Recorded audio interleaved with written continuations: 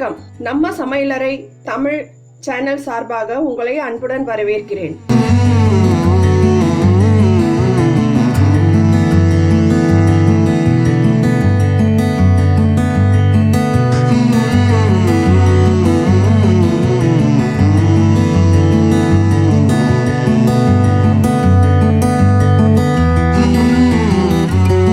வாங்க, இன்னைக்கு நம்ம சமையலறையில் ஏலக்காய் காஃபி எப்படி போடுறதுன்ட்டு பார்ப்போம். இது டிஃப்ரெண்டான காஃபிங்க. பித்தம் வந்தால் சிலருக்கு தலைவலி மயக்கம் வரும். அந்த மாதிரி சமயத்தில் எங்கள் வீட்டு பெரியவங்க இந்த காஃபி போட்டு கொடுப்பாங்க.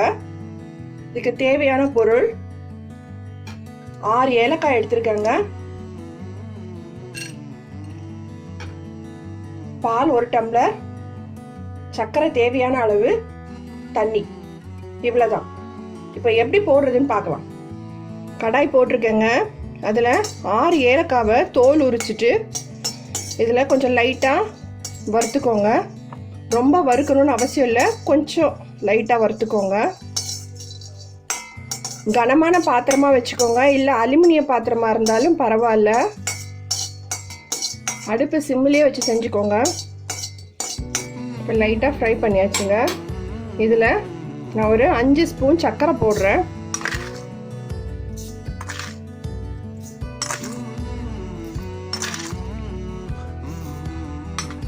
அஞ்சு டீஸ்பூன் தாங்க போட்டிருக்கேன்.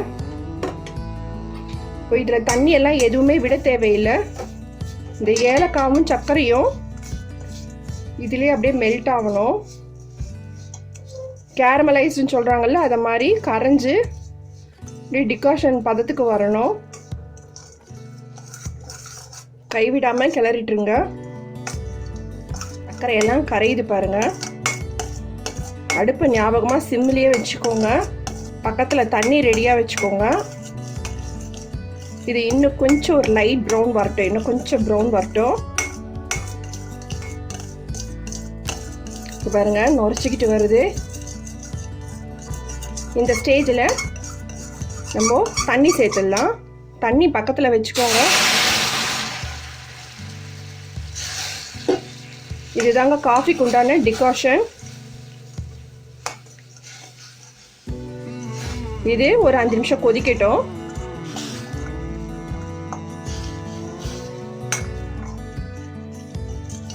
சிலருக்கு பித்தெல்லாம் சேர்ந்ததுன்னா பெரியவங்க காஃபி கொடுக்காத, டீ குடிக்காதன்னு சொல்லுவாங்க.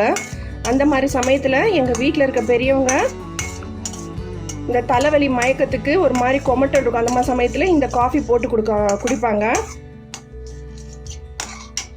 ஒரு 5 நிமிஷம் கொதிக்கிட்டோங்க.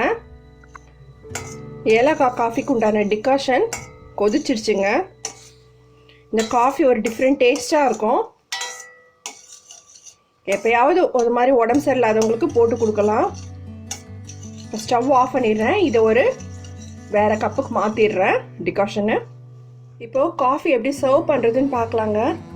காஃபி டிகாஷன் வடிகட்டி வச்சுருக்கேன். இது கொஞ்சம் ஊற்றிக்கலாம்.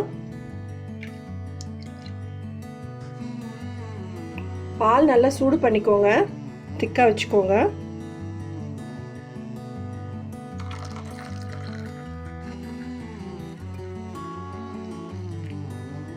ரொம்ப ஸ்ட்ராங்காக வேணுன்றவங்க பால் கம்மியாக ஊற்றிக்கோங்க. இது நம்ம சர்க்கரையில் தயார் பண்ணுற டிகாஷன்றதுனால கொஞ்சம் லைட்டு கசப்பு இனிப்பு இருக்கும். கொஞ்சம் குடிச்சு பார்த்துட்டு வேணுன்றவங்க கசப்பாக இருந்ததுன்னா சர்க்கரை போட்டுக்கோங்க. இல்லை இந்த சர்க்கரையே போதுன்றவங்க சர்க்கரை சேர்க்காம குடிங்க. நான் லைட்டாக ஒரு 1/2 ஸ்பூன் சர்க்கரை தான் இதில் சேர்க்க போகிறேன். பாருங்க,